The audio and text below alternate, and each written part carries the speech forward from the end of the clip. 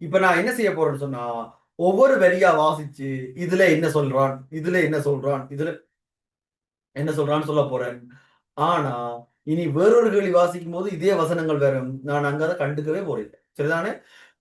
என்னன்னு சொன்னா நான் இது வரைக்கும் உங்களுக்கு என்ன சொல்லலைன்னு சொன்னா, ஒரு கேள்வி வாசிச்சு முழுமையா சொல்லல. அதால இந்த கேள்விக்கு மட்டும் அவ்வளவு சொல்ல போறேன். சரிதானே? சரி. கேள்வி வாசிக்க பாருங்கோ. என்னோட டியூட் இல்ல. சோ அதால போன் பாக்குறேன். இப்ப யோசிக்கல. இவர் படிப்பிக்க வழி எங்களை படிப்பிக்காம விட்டு போன் பார்த்து இருக்காரு சார். நாங்க மெனக்கட்டு காசு கட்டி படிக்க வர்றோம் சார். இவர் என்ன சொன்னா அப்படி செய்யறாரு சார். அப்படி யார்ட்டு சொல்லுவீங்க? என்ன தான் சொல்லுவீங்க. சரியா? சரி. இப்ப கேள்வி வர்றேன். பாருங்கோ. திணிவு 4M உடைய ஓர் ஒப்பமான சீரான ஆப்பிள் புவியீர்ப்பு மையத்தினூடாக உள்ள நிலைக்குத்து குறுக்குவெட்டு ஏபிசி உருவில் காட்டப்படுகின்றது. இப்ப இப்ப இதை இருப்போம் சரியா? இதான் அந்த ஆப்பண்டு வைப்போம். ஆப்பின்ற திணிவு எங்க தாக்கும்னு சொன்னா சரி நடுவுல தாக்கும். அப்படி வெட்டி போட்டு இப்படி பாப்பீங்களா இருந்த ஒரு உருவம் தெரியுமே, அதுதான் இதான். சரிதானே? அப்ப இது ஆப்பன்னு சொன்னா ஆப்ப ஓரமா வெட்டி போட்டு அந்த படம் இது இல்லை. சரிதானே? ஏன்னு சொன்னா நீங்களே சொல்லுங்க. இந்த இது ஆப்பன்னு யோசிங்க. இந்த ஆப்ப நான் இதுல கயிறு கட்டி போட்டு இழுத்தா என்ன நடக்கும்? இப்படி ஆப்பு திரும்புவோம். ஆனா சரி நடுவுல திணிவு மையம் தாக்குற அந்த சரி நடுவுல கயிறை கட்டி போட்டு இழுத்தா ஆப்பு இப்படி வரும். தானே? விளங்குதா? அதுதான் இது. சரிதானே? அப்ப நீங்க யாராவது யோசிப்பீங்க, கொஞ்சம் அறிவு கூண்டாங்க யோசிப்பாங்க, ஏன் இப்படி இருந்தா என்ன, இப்படி இல்லையென்று கேள்விக்குள்ள சொல்லலத்தானே. ஓ, சொல்லலத்தான். அப்ப அவன் சொல்றது சரியாத்தான் இருக்கும். ஏன் இப்ப கேள்விக்குள்ள கட்டாயம் இந்த என்னது நீங்க எப்படி எப்படிலாம் வில்லங்கமா யோசிக்கலாமோ அதற்கெல்லாம் இல்ல, இப்படி இல்ல, அப்படி இல்ல என்று சொல்றதுக்காண்டி தான் அப்ளைட் கேள்வி எல்லாம் பந்தி பந்தியா கேள்வி இருக்க மாட்டா. ஏன்னு சொன்னா சில வேளை அந்த பிரேக்கெட்டுகள் இருக்கும். இது லெம்டா விட பெருசு, இது அறைய விட பெருசு, சில நேரம் ஒரு கோவையை விட பெருசு. அப்படி சொல்றது காரணம் என்னன்னு சொன்னா சில பேர் யோசிப்பாங்க இப்படி எல்லாம் வரலாம் தானே என்று. அதுக்கான வசனம் தான் அது. சரிதானே? சரி. அப்ப ஏன் அந்த வசனம் பாவிக்கலாம்னு விளங்கிட்டது? ஆப்புகள் எல்லாத்துக்குமே அந்த ஒரு வசனம் பாவிப்பான். சரி. சரி. அங்க சொல்கிறார் ஏசியை கொண்ட ஒரு முகம் ஓர் ஒப்பமான கிடைமேசை மீது வைக்கப்பட்டுள்ளது. ஒப்பம்னு சொன்னா ஒரு விசை இல்ல. நானும் இதுவரைக்கும் செஞ்ச கேள்வி இப்ப கணக்கு கேள்விக்குள்ள ஒப்பமானதான் சரியா? ஆப்புக்கும் தேவைக்கும் இடையில ஒரு விசை இல்ல. எனக்கு தெரிஞ்சு சும்மா மட்டுமட்டான ஆண்டு தான் சொல்றேன்னா சரியான ஆண்டுன்னு தெரியாது. 2016 நினைக்கிறேன். அந்த வருஷம் மட்டும் ஆப்புக்கும் திரைக்கும் இடையில ஒரு உராய்வு இருக்குன்னு சொல்லி போட்டான். உராய்வு இருந்தா என்ன செய்வேன்? அந்த உராய்வு போட்டு கேள்வி செய்வேன். அவ்வளவுதான் வித்தியாசம். சரிதானே? சரி. அப்ப இதுக்கெல்லாம் கேள்வி வாசிக்கணும். அந்த கேள்வியிலையும் படத்துல குறிக்கல பந்திக்குள்ள சொல்லி இருக்கிறான். அப்ப நீங்க என்ன செஞ்சிருக்கணும்? பந்தி வாசிச்சுதான் முழங்கி இருக்கு உனக்கு ஆறுமுடுகள் சாரி உராய்வு விசை இருக்குன்னு. சரி.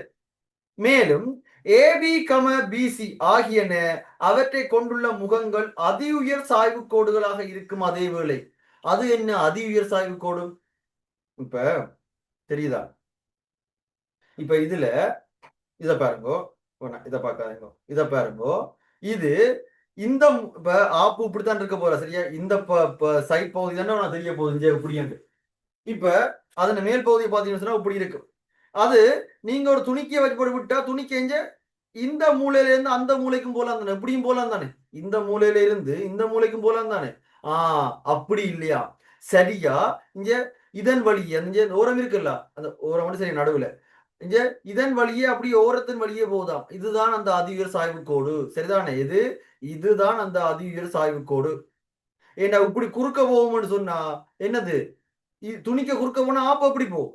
ஆனா சரியா இப்படி துணிக்க போகுமா இருந்தா ஆப்பு சரியா அப்படி நேர்கோட்ல போகும். அப்ப நீங்கள் யோசிக்கிறது ஈஸி. சரிதானே? அதுதான் அந்த வசனம். இது கட்டாயம் ஆப்புகள் எல்லாத்துக்குள்ளேயும் வருமடா. அதை கண்டுக்காம விடுங்க. சரிதானே? திருப்பியும் சொல்றேன். இந்த ஒரு கேள்வியிலேயே நான் எல்லா கேள்விக்கும் சொல்ல வேண்டிய அந்த விளக்கத்தை சொல்லி கொண்டு போறேன்.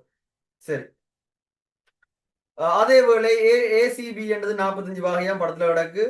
ஆப்பு புள்ளி சியும் ஆப்பின் புள்ளி சியும் இதான் சி என்ற புள்ளி சரியா?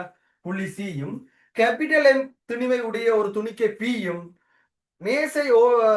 மேசையின் ஓர் விளிம்பில் நிலைப்படுத்தப்பட்டுள்ள ஒரு சிறிய ஒப்பமான கப்பிக்கு மேலாக செல்லும் ஓர் இலேசான நீட்ட முடியாத இலையின் நுனிகளுக்கு. அது என்ன இலேசான நீள இலை? ஏன்னு சொன்னா நீங்கள் ஏலவில் படிக்க போற பாடத்துல எளிமையை சேர்க்க ஒரு பாடம் இருக்கு. அங்க நீங்க பயன்படுத்த போற இலை என்னன்னு சொன்னா மீள்தன்மை இலை. மீள்தன்மை இலையை இங்க பயன்படுத்துவோமா இருந்தா என்ன பிரச்சனைன்னு சொன்னா இழுவை நீட்சியை பொறுத்து மாறி மாறிக்கொண்டு இருக்கும். ஆனா மீள்தன்மை அற்ற இழைன்னு சொன்னா, அதாவது நீளா இழைன்னு சொன்னா இங்க இழுவே இல்லை, சாரி, இலையில எப்பவும் இழுவ ஒரே மாதிரி தான் இருக்கு. சரிதானே? அப்ப ஞாபகம் வச்சு கொள்ளுங்க, அங்க மீள்தன்மை இழைன்னு சொன்னா கேள்வியே மாறிடும். சரிதானே? அதுக்காண்டி தான் அந்த வசனம். அப்ப இப்ப நீங்கள் 26 இருக்குன்னு சொன்னா 26க்கு இனி அஞ்சாண்டு தான் என்ன வரும்னு சொன்னா வெறுமை சிக்கம் வரும். அப்ப இப்ப வரைக்கும் உங்களுக்கு இந்த வசனமே தேவைப்படாதே. எங்களுக்கு எப்படி இருந்தா எங்களுக்கு என்ன, எங்களுக்கு தான் மீள்தன்மை இழையே தெரியாதே முதல். அப்ப இப்ப அப்ப படிச்ச பிறகு நீ ஏஎல் எக்ஸாமுக்கு போகும்போது என்னன்னு போவே, எல்லாம் படிச்சு போட்டு தான் நான் போவேன். அங்க போய் கூட சந்தேகம் பெறும், ஆனா மீள்தன்மை இழையும் கிடைக்கு, நோமல் இழையும் கிடைக்கு, இதுல எந்த இலை, அந்த சந்தேகத்தை அந்த வசனம். சரிதானே? இணைக்கப்பட்டுள்ளன. இழையானது ஏபிசியை கொண்டுள்ள அதே நிலைக்குத்து தளத்தில் இருக்கும் திணிவு எம்ஐ உடைய ஒரு துணிக்கை கியூ ஆனது பிசி மீது பிடித்து வைக்கப்பட்டிருக்கின்றது. துணிக்கை பி சுயாதீனமாக தொங்குகிறது. படத்தை பாருங்க. இப்ப சொல்லப்படுது துணிக்க, அது பார்த்துட்டா, இழை இறுக்கமாக இருக்க தொகுதி ஓய்வில் இருந்து விடுவிக்கப்படுகின்றது. இப்ப சொல்லப்படுது, இதுதான் கேள்வி. சிமாலம் பெரிது 2 கேபிட்டல் எம் உப்புடி எனின் பி ஆனது கீழ் நோக்கி, இவர்தான் பி, இவர் கியூ, இவரானது கீழ் நோக்கி இயங்கும் என்று காட்டுட்டான். பாருங்க, நாங்கள் ஆப்பு கேள்வியில இப்படி ஒரு விஷயமே படிச்சது இல்லையே. என்னது கீழ் நோக்கி இயங்கும் என்று காட்டு, அப்படி படிச்சது இல்லையே நான் உங்களுக்கு. இப்படி யோசிப்பீங்களான்னு? அப்படியே இருக்கட்டும். இப்ப என்ன கேள்வி கேட்டான்னு நான் தெரியாது. அப்ப நான் அதை விடுறேன். இப்ப நான் என்ன செய்ய போறேன்னு சொன்னா முதல்ல ஆப் இண்டியா ஆரம்பில காண்றேன், அதுக்கு பிறகு கதைக்கு. சரிதானே? சரி, இப்ப பாருங்க, இந்த துணிக்க இவர் என்னது, இவர் கீழ் நோக்கி இருக்கட்டும். ஆப்பு இங்க நோக்கி எங்க போகுது, கேபிட்டல் எஃப். இது கீழ் நோக்கி எங்க போகுது, சிமோல் எஃப். சரிதானே? அப்ப இங்க பாத்தீங்கன்னு சொன்னா இவர் என்னது, இங்க இவரும் ஒரே இழை, அதாவது ஆப்பும் துணிக்க பியும் ஒரே இழை. ஒரே இழைன்னு சொன்னா என்னது, ஒரே ஆர்முடுகள். ஒரு நிமிஷம். இந்த ஒரே இழைன்னு சொன்னா ஒரே ஆர்முடுகள் நச்சு கொண்டிருக்கிறத கொஞ்சம் தவிருங்கோ. ஏன்னு சொன்னா ஒரே இழையா இருந்தாலும் 2 துணிக்கையும் ஒரே சட்டத்துல இயங்கணும், அதாவது மாற்றீடு சட்டம். சரிதானே? அப்ப கப்பி பூமி சட்டத்துல இருக்கு, ஆகவே இவர் பூமி சட்டத்துல இயங்குறார். ஆப்பு பூமியில இயங்குது, சோ அவரும் பூமி சட்டத்துல இயங்குறார். ரெண்டும் ஒரே இழையால கட்டி கிடக்கு, ஆகவே ரெண்டுக்கும் என்ன அருமுடுகள், ஒரே அருமுடுகள். ஓம் தானே? ஓம். அதனாலதான் இது கேபிட்டல் எஃப் சொன்னா இது கேபிட்டல் எஃப். இப்ப நீங்களே சொல்லுங்க பாப்போம், தெரியா கணியம் எத்தனை நடக்கு? தெரியா கணியம் எத்தனைன்னு சொன்னா கேபிட்டல் எஃப், சிமோல் எஃப், இழுவ, 3 தெரியா கணியம். அப்ப எத்தனை வேணும்? 3 சமன்பாடு வேணும். இதுக்கு ஒரு எஃப் சமனமே, இதுக்கு ஒரு எஃப் சமனமே.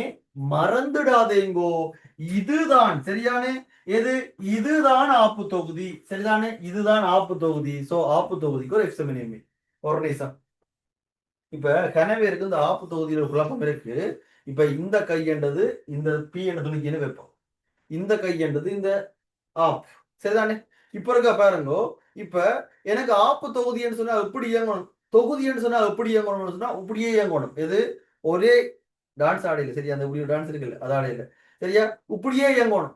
ஆனா இங்க என்ன நடக்குது, இங்க இவர் கீழே இயங்குறார், இவர் இங்க இப்படி இயங்குது. இந்த டான்ஸ் ஆடுறாங்க கிடக்கு, சரியா? சரி, அது இல்ல, சரியா? அப்ப இவர் கீழ் நோக்கி இயங்குது, என்னது, ஐயோ, இப்படி இயங்குது. அப்ப இப்படி இருக்க கூடாது. ஆப்பு தொகுதி, ஆப்பு தொகுதின்னு சொன்னா இப்படியே இயங்கணும். உங்கதானே? சரி, அப்ப இங்க பாத்தீங்கன்னு சொன்னா அந்த ஒரே காரணத்தால எது, இவ்வளவும் தான் ஆப்பு தொகுதி. அது விளங்குதா? ஓகே, சரி. இப்ப சொல்லுங்க, இப்ப என்ன செய்யணும்? முதலாவது விச குறிக்கோணம் எல்லாம் குறிச்சுட்டேன், இதுல மரதாகம் போட்டுட்டா சரி, சரியா? ஆர் ஆர், இதுல வரப்போது எஸ். விசி எல்லாம் முடிச்சு. அடுத்தது என்னது, எல்லாத்தினையும் பூமி சார்பு ஆர்முடுகள் நோட் பண்ணணும். நானும் சொன்னான்ல, பூமி சார்பு ஆர்முடுகள் எழுதணும் அவசியம் கூட இல்லையடா. நீ 2019 பாஸ்வேர்ட் எடுத்துட்டார், நான் போனோ பள்ளி காட்டின மாதிரி எழுதியிருப்பான், சரியா? ஏ பிஇ, அதான் பூமி சார்பான ஆர்முடுகள் எழுதியிருப்பான். 2020 பாஸ்வேர்ட் எடுத்துப்பார், எழுதவே மாட்டான். அவெல்லாம் படத்துல இருக்கு, சரிதானே? அது எப்படி என்று பேர் உனக்கே தெரியும். துணிக்கேண்ட பூமி சார்பு சொன்னா துணிக்கேண்ட ஆர்முடுகளையும் துணிக்க யாருக்கு மேல இயங்குறாரோ அவற்றை பூமி சார்பு ஆர்முடுகளையும் சேர்த்து எழுதி விட்டா சரி, சரிதானே? அவ்வளவுதான். அப்ப இவ்வளவும் தான் இப்ப துணிக்க கியூண்ட பூமி சார்பான ஆர்முடுகள். இது பூமி சார்பானது, இது பூமி சார்பானது. இப்ப அந்த விஷயம் முடிஞ்சது. உனக்கு கட்டாயம் அந்த 20 மார்க்ஸ் தருவான், சரிதானே? எது? ஆர்முடுகள் குறிக்கிற 20 மார்க்ஸ் தருவான். சரி, அதெல்லாம் முடிச்சு. அடுத்தது என்னது? அடுத்தது எஃப் சமன் எம்ஏ. எஃப் சமன் எம்ஏ. அது எப்படி பாவிக்க போறோம்? துணிக்கைக்கு துணிக்கைன்ற திசையில, ஆப்பு தொகுதிக்கு ஆப்பின திசையில. சரிதானே? துணிக்கைக்கு துணிக்கிற திசைன்னு சொன்னா நம்ம பீக்கு பாவிக்கிறோம். பீக்கு கீழ் நோக்கி பாவிச்சா கேபிட்டல் எம்ஜி மைனஸ் டி சமன் capital M into capital F. முதலாம் சமன்பாடு. அடுத்தது அந்த துணிக்கை பாவிக்கும். சரிதானே? கிடையோட அல்பா திசையில இப்படி இந்த திசையில பாவிப்பன இருந்தா என்ன வர போகுது? MG sine alpha. ஏன் இது சொரியடா அல்பா இல்ல 45டா. சரியா? சமன் ஏன் துணிக்கிற துணிச்ச ஒரு சமன் எம் இன்டு மறந்துடாதீங்கோ, ஆறுமுடுகள் எழுதும் போது இவ்வளவுத்தையும் துணிச்சு போடணும். இந்த திசையில துணிச்சு போட்டீங்கன்னு சொன்னா small F plus capital F cos 45. Cos 45 சொல்லி கொஸ் 45. சரி, இதற்கு சுருக்கி எழுதி விடுறேன். ஜி எம் பட்டு பை ரூட் 2 சமன் small F plus capital F by root 2. இவரை இங்கால கொண்டு கழிச்சு விடுறேன். ஆகவே ஸ்மால் எஃப் சமன் G minus F by root 2 வந்து வரப்போகுது. அது ஏன் ரெண்டு பேர் சொல்றேன். நீ என்ன சொல்லலாம் கொள்ளாம எழுவாக்குற அதெல்லாம் பேர் சுருக்கும் போது விளங்கூடா. சரி, அடுத்தது என்னது? அடுத்தது ஆப்பு இல்ல, ஆப்பு தொகுதிக்கு. ஆப்பு தொகுதிக்கு ஆப்பின திசை. ஒருக்கா சொல்லுங்க. ஆப்பு தொகுதிக்கு விளைவு விசை எவ்வளவு? விளைவு விசை எவ்வளவுன்னு சொன்னா டி. ஆப்பு தொகுதியில என்னென்ன உருவம் இருக்கு? கியூவும் இருக்கு, ஆப்பும் இருக்கு. அப்ப தனித்தனிய எம்ஏ பாவிக்கணும். சரி சொல்லுங்க. ஆப்புக்கு எவ்வளவு? 4 எம் இன்டு ஆப்பின் யாருமுடுகள் கேபிட்டல் எஃப். ஆக என்னது? துணிக்கைக்கு என்ன வரப்போகுது? துணிக்கைக்கு ஸ்மால் எம் இன்டு அது யாருமுடுகள் துணிச்சு போடணும். Small F plus capital F cos alpha. Cos 45. அப்ப 1/2. இப்ப இதுக்கு பிறகு நீங்க சமன்பாடு சுருக்கி விட்டா செய்கிறா. சரியா? இதுக்கு பிறகு சமன்பாடு சுருக்குறதா அந்த வேலை. அது எப்படி சுருக்குவீங்கன்னு சொன்னா இது என்ன சமன்பாடு? இதுல டி வந்திருக்கு, முதலாம் சமன்பாடுல டி வந்திருக்கு. அப்ப ஒன்றையும் ரெண்டையும் கூட்டு. ஒன்றையும் ரெண்டையும் கூட்டி விட்டீங்கன்னு சொன்னா கேபிட்டல் எம்ஜி சமன் இதையும் கூட்டும் போது ஆப்பு தொகுதி. இதுல பிள்ளையாளி போடுண்டா. ஆப்பு தொகுதிக்கு இது கேபிட்டல் எஃப் பண்ணி வரப்போகுது, இது ஸ்மால் எஃப் பண்ணி வரப்போகுது. சரிதானே? தவறுக்கு வேற தூரம். ஏன்னா இது ஆப்பு தொகுதிக்கு இவ்வளவு தான் துணிச்சு போகணும். சரிதானே? அப்ப கேபிட்டல் எஃப் பிளஸ். சரி, இது ரெண்டையும் கூட்டும் போது பாத்தீங்கன்னு சொன்னா இங்க capital F capital F capital F. சரிதானே? அப்ப கேபிட்டல் எஃப் பொது எடுத்து விட்டோம்னு சொன்னா 5 M 5 small M plus capital M into எவ்வளவு? எஃப். இங்க M into small F into root 2. அப்ப நான் ஸ்மால் எஃப் போல இதை கொண்டு போட்டு விட்டுறேன்னு சொன்னா என்ன வரப்போகுதுன்னு சொன்னா சாக எம் பிரேக்கெட்டுக்குள்ள ஜி மைனஸ் எஃப் பை 2 வந்து வரப்போகும். இப்ப பாத்தீங்கன்னு சொன்னா இப்ப இவரை உள்ள எல்லாத்தையும் ரெண்டால பிரிக்க வருது. சோ 2 கேபிட்டல் எம் ஜி இங்க வரப்போகுது 10.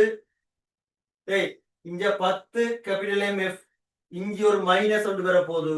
ஆகவே 9 எம் ரெண்டால பிரிக்கினா 2 கேபிட்டல் எம் இன்டு இந்த எஃப் எழுதுறேன்.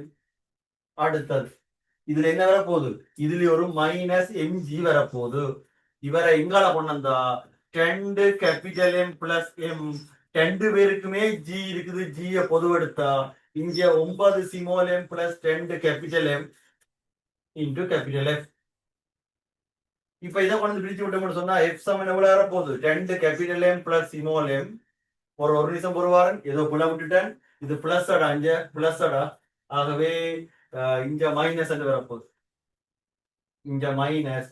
இதற்கு என்ன வரப்போகுது? இவ்வளவு போவையும் பிரிவட்டா 9 small M plus 2 capital M இப்படி வரப்போகுது. சரிதானே? நாங்க ஆசைப்பட்டது என்னது? நாங்க ஆசைப்பட்டது ஆப்பின் ஆர்முடுகள் காணணும்ட்டு. இப்ப என்ன செஞ்சுட்டோம்? ஆர்முடுகள் கண்டுட்டோம். நீ இப்ப எங்க இப்ப கேட்ட கேள்விக்கு விட சொல்லு. சரி, கேட்ட கேள்விக்கு வா. கேட்ட கேள்வி என்னது? இப்படி இருந்திருந்தா, சரியா? இப்படி இருந்திருந்தா அவர் கீழே போகும்போது காட்டுட்டான். அப்படி இருக்க வாங்கோ. அந்த தரவு இருக்கல்ல, அந்த தரவை பாருங்க. இவரை இங்கால கொண்டு போறேன். 2 capital M minus small M பண்றது பெரிது பூஜ்ஜியம். இவரை கொண்டே கழட்டி விட்டுறேன்னு சொன்னா 2 capital M minus small M பண்றது என்னது பெரிது பூஜ்ஜியம். அப்ப இப்ப நீங்களே சொல்லுங்க, இந்த மேல்கோவை என்ன பூஜ்ஜியம் பெரிது பூஜ்ஜியம், கீழ்கோவை பிளஸ் பிளஸ் திணிவு தானே பிளஸ். ஆகவே எஃப் பண்றது என்னது எஃப் பண்றது பிளஸ் வந்திருக்கு. அதாவது இதுல போட்ட எஃப் பண்றது நீ போட்ட திசை, நான் போட்ட திசை சரியன்னு சொன்னா துணிக்கு எங்க நோக்கி இயங்குது கீழ் நோக்கி இயங்குது. ஒருவேளை நாம் போட்ட திசை பிள்ளைன்னு சொன்னா இங்க விடு என்ன வந்திருக்கும் மைனஸ் வந்திருக்கும். அதாவது இந்த கேள்விக்கு ஒருவேளை நீங்கள் மேல் நோக்கி இயங்குற மாதிரி எஃப் போட்டு செஞ்சிருந்தா இந்த இடத்துல எஃப் பண்றது சிறிது பூஜ்ஜியம் வந்திருக்கும். அப்ப நீ போட்ட திசை பிள்ளை, அப்ப உண்மைப்படி எங்க இயங்குது கீழ் நோக்கி இயங்குது. பாருங்க பாருங்க அவங்க கிட்ட கேள்விக்கு முடியாடா இது. இதுக்கு பிறகு இந்த வழி எழுதிவிட்டா சரி. இதே போல காரணம் எழுதணும் தெரிய, காரணம் யார் காரணம் இந்த காரணம் எழுதணும் சரிதானே. என்ன காரணம் முக்கியம் இல்லாட்டி இப்ப நீரை போடலாம். சரி இது முடிஞ்சதா. அடுத்தது கடைசியா ஒரு கேள்வி கேட்டிருக்காங்க எப்படின்னு சொன்னா, கடைசியா என்ன கேள்வின்னு சொன்னா 2 எம் என்றது சிமோல் எம்முக்கு சமன் என்று சொன்னா, இது 2 எம் என்றது சிமோல் எம்முக்கு சமன் என்று சொன்னா துணிக்கையின்றையும் ஆப்பின்றையும் இயக்கம் பற்றி விவரிக்க என்று கேட்டிருந்தோம் சரிதானே. சரி அப்ப 2 எம் என்றது 2 கேபிட்டல் எம் என்றது சிமோல் எம்முக்கு சமன் சொன்னா ஒரு நிமிஷம் நீங்களே இதுல வந்து போடுங்க. இந்த ஆப்பின் ஆர்முடுகள் இது ரெண்டு சமனாமல்லோ சமனண்டாவில போகுது பூஜ்ஜியம். அப்ப இப்ப ஆர்முடுகிட்ட சாரி ஆப்பின் ஆர்முடுகள் இப்ப எவ்வளவு வருது பூஜ்ஜியம் வருது. அப்ப ஆப்பின் ஆர்முடுகள் பூஜ்ஜியம் சொன்னா என்ன சொல்லலாம் ஓய்வு. உனக்கு டக்குன்னு ஞாபகம் வருது ஓய்வு தான் ஞாபகம் பெறும். நான் உனக்கு ஒரு குழப்பு காட்டுறேன் சரியா, உன்னோட குழப்புறேன் பேர். இப்ப ஒரு வாகனம் மாறாவகத்துல போய் கொண்டிருக்கு, அதன் ஆர்முடுகள் எவ்வளவு பூஜ்ஜியம். அப்ப ஆர்முடுகள் பூஜ்ஜியம் சொன்னா ஓய்வா சரிதானே. அப்ப எப்ப ஓய்வு ஒரு வாகனம் ஓய்வுல இருக்கும் போது அதன் ஆர்முடுகள் பூஜ்ஜியம் சொன்னா ஓய்வுல இருக்கு. சரி நியூட்டன் விதியை தான் என்னது ஓய்வுல இருக்க பொருள் ஓய்வுல இருக்கும் அல்லது இயங்கின பொருள் அப்படியே மாறாவதுல இயங்கி கொண்டே இருக்கு சரிதானே. சரி அப்ப இங்க பாத்தீங்கன்னு சொன்னா இப்ப நீங்க இப்ப அதெல்லாம் சரி, இப்ப இங்க ஓய்வா இயங்குதா இந்த கேள்வியில ஆரம்பத்திலேயே சொல்லி போட்டான் என்னது அந்த ஆப்பு ஓய்வில் இருக்க பிடிக்கப்பட்டு விடுவிக்கப்படுகின்றது. அப்போ ஓய்வுல இருந்தா விடுவிக்கிறோம். அப்பவே ஆரம்பங்கள் பூஜ்ஜியம்னு சொன்னார். ஆரம்பங்கள் பூஜ்ஜியம் தானடா. அப்ப என்ன செய்ய போகுது இயங்காது. அப்ப நீங்களே சொல்லுங்க, இவரும் இவரும் என்ன செய்ய மாட்டோம் ஏன்னா இவர் இயங்காட்டி இவர் இயங்க மாட்டார். அப்ப எழுதுவீங்கள் ஆப்பு கம பி துணிக்கை என்பன ஓய்வில் இருக்கும். இப்ப ஒரு நிமிஷம் இவர் இந்த ஆப்பு ஓய்வுல இருந்தா இந்த ஆப்பை நீ சாய்தளமா யோசிக்கலாமோ தானே. அப்ப சாய்தளமா யோசிப்பியா இருந்தா இது இந்த யார் முடிவுல எவ்வளவு இது புவியீர்ப்பு யார் முடிவு 99. அப்ப ஜி சைன் 45 ஒன்றானே அவ்வளவுதான். அப்ப எழுதுவீங்கள் கியூ ஆனது சாய்தளம் வழியே ஜி சைன் 45 சைன் 45 எனும் ஆர்முடுகளுடன் இயங்கும். அவ்வளவுதான் சரிதானே. சரி பாத்தீங்களா கடைசி வரை திருப்பி சொல்றேன். இப்ப இந்த பாடம் இல்ல எந்த பாடமா இருந்தாலும் கடைசி வரை நீங்க யோசிச்சு செய்யற மாதிரி தான் போடுவான். எல்லா கழிக்கும் நீங்க இப்ப ரெடி பண்ணி எக்ஸாம் பேப்பர் இல்ல தானே. சரி அப்ப எடுத்துக்கொள்ளுங்க.